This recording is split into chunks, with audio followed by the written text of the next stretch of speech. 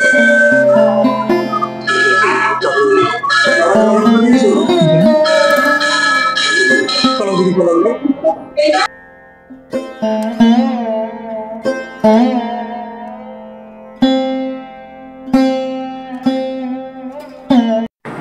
Guys Baharampur bus stand থেকে মাত্র 6 মিনিটের রাস্তা এই বিষ্ণুপুর কালীবাড়ি আসার জন্য। আর এই রাস্তা হয়ে চলে এলাম, তখন ঘড়িতে প্রায় বাজে সন্ধ্যা 7 ঘটিকা।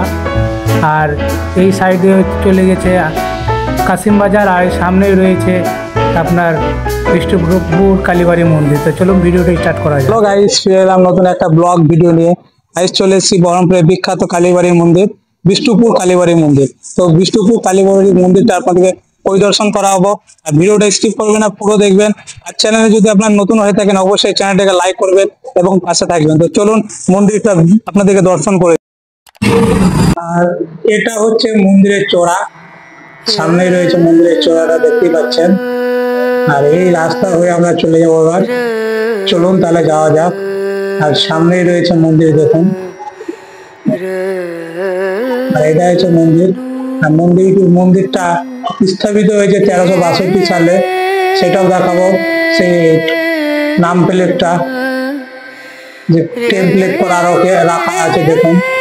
1323 সালে মন্দিরটা পুনর্নির্মিত হয়েছিল, দেখতে পাচ্ছেন আপনারা।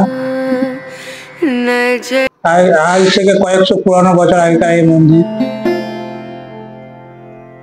আর পাশেই রয়েছে তখন দোকানপাট। এখান থেকে দোকানপাট থেকে আমরা পুজোর সামগ্রী জিনিস কিনে ন্যায্য মূল্যে দামে এবং মায়ের পুজোর জন্য নিয়ে যেতে পারেন ভিতরে।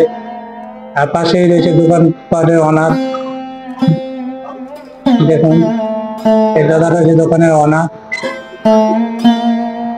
এখান থেকে সব কেনাকাটা করে ভিতরে যেতে হবে আপনাদেরকে। তো চলুন আমরা ভিতরে যাব, সেটাও আপনাদেরকে দেখাবো। তবে রাস্তা পারাপার সাবধানে করবেন, সবসময় গাড়ি ঘোড়া যায় এটা দিয়ে। আর মন্দিরের বাইরে জুতোটা খুলবেন। তার আগে মন্দিরে ঢোকার আগে প্রণাম করে নিলাম আমি। প্রণাম করে সামনে যে দরজাটা দেখুন, এত সুন্দর বানিয়েছে বলা বাইরে। আর পুরো দরজার মধ্যে চাঁদির মনে হচ্ছে, দেখুন। খুবই সুন্দর ভাবে মেন গেটের দরজাটা বানিয়েছে, যে কারিগরি বানিয়েছে, খুব সুন্দর বানিয়েছে। আর এই সামনে হচ্ছে মন্দির। আর একটু ভিতরে ঢুকলে মন্দির দর্শন পাওয়া যাবে। এই দর্শনটা আপনাদের করাবো, ভিডিওটা স্কিপ করবে না। বারবার বলছি আপনাদেরকে পুরো দেখবেন, তবে বিষ্ণুপুর কালীবাড়ির মন্দিরের দর্শন পাবেন। তো চলুন ভিতরে ঘুটি ঘুটি পায়ে। আর পাশেই রয়েছে দেখুন এখানে, আর এগুলো হচ্ছে মোমবাতি জ্বালিয়ে রেখেছে সন্ধ্যাবেলায়, যে যখন জ্বালাতে পারে মোমবাতিটা এখানে। আর পাশেই রয়েছে মন্দির। আমরা ফাইনালি মন্দিরের ভিতরে চলে এসেছি। আপনাদেরকে দেখিয়ে দেবো বিষ্ণুপুর কালীবাড়ি মন্দিরটার ভিতরে, মানে ভিতরে পরিদর্শনটা কিরকম রয়েছে। তো চলুন ভিতরে যাওয়া যাক। চলো।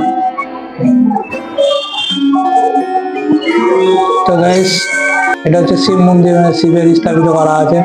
আর এই সাইডে রয়েছে মন্দিরের মানে মেন গেট, যেখান থেকে মায়ের দর্শন করব। আর মন্দিরের গায়ে অনেক প্রতিলিপি অঙ্কন করা আছে, যেমন দুর্গা রয়েছে, শিব রয়েছে, লক্ষ্মী রয়েছে, অনেক কিছু মূর্তি অঙ্কন করা রয়েছে। দেখুন স্বামী বিবেকানন্দ আছে, বিষ্ণুদেব আছে, কত দেবদেবীর ছবি অঙ্কন করা রয়েছে, রাখা আছে ভিতরে, দেখতে পাচ্ছেন। মামা খাপা আছে, রামকৃষ্ণ আছে, সব অনেক রকম মন্দিরের ভিতরে দেখতে মন্দিরের অঙ্কন করা রয়েছে। আর মন্দিরে ঢুকে ঢুকে পেয়ে যাবেন সামনে রয়েছে এইখানে মায়ের বলি হয়, মানে পাঠা বলি হয় এখানে, দেখুন।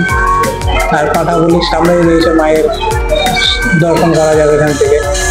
আর এই সামনে রয়েছে ভোলা বাবা শিবের মন্দিরের জায়গাটাই রয়েছে। এই সোজা চলে গেলে এখন মায়ের দর্শন। আর সামনে ঘন্টা রয়েছে, ঘন্টা বাজাতে পারেন আপনারা, দেখাচ্ছি আপনাদেরকে।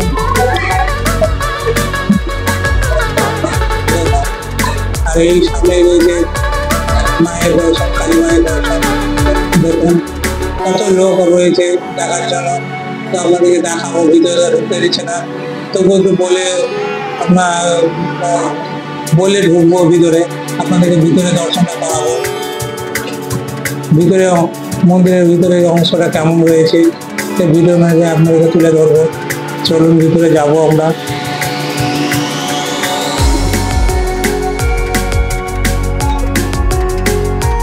পুরো মাকে পুরো চাঁদি দিয়ে একদম ঢাকা আছে, সোনা চাঁদি দিয়ে পুরো মূর্তি দেখুন।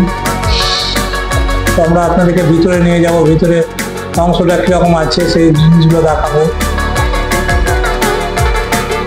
এখানে তো মন শান্তি হয়ে গেল আমার এসে। কতবার এসেছি কিন্তু দেখা পাইনি মায়ের, আজ দেখা পেয়ে গেছি। আর আপনারা অবশ্যই আসবেন, দেখা করবেন, ভালো লাগবে দর্শন করে। বেশি দূরে না, বহরমপুর থেকে মাত্র 15 কিলোমিটার, হ্যাঁ 6 কিলোমিটার দূরে অবস্থিত মন্দিরটা, 6-7 কিলোমিটার দূরে অবস্থিত মন্দিরটা দেখুন। চলুন আপনাদের ভিতরে নিয়ে যাব, আর ভিতরে নিয়ে আপনাদেরকে দেখাবো মায়ের মন্দিরটা ভিতরে অংশটা কেমন। দেখুন পুরো চাঁদি আর সোনা দিয়ে একদম তৈরি করা আছে মন্দিরটা, আর উপরে ফ্যান লাগানো রয়েছে। খুবই ভালো, খুবই ভালো লাগলো আছে। আপনারাও আসবেন, মায়ের পুজো দিবেন।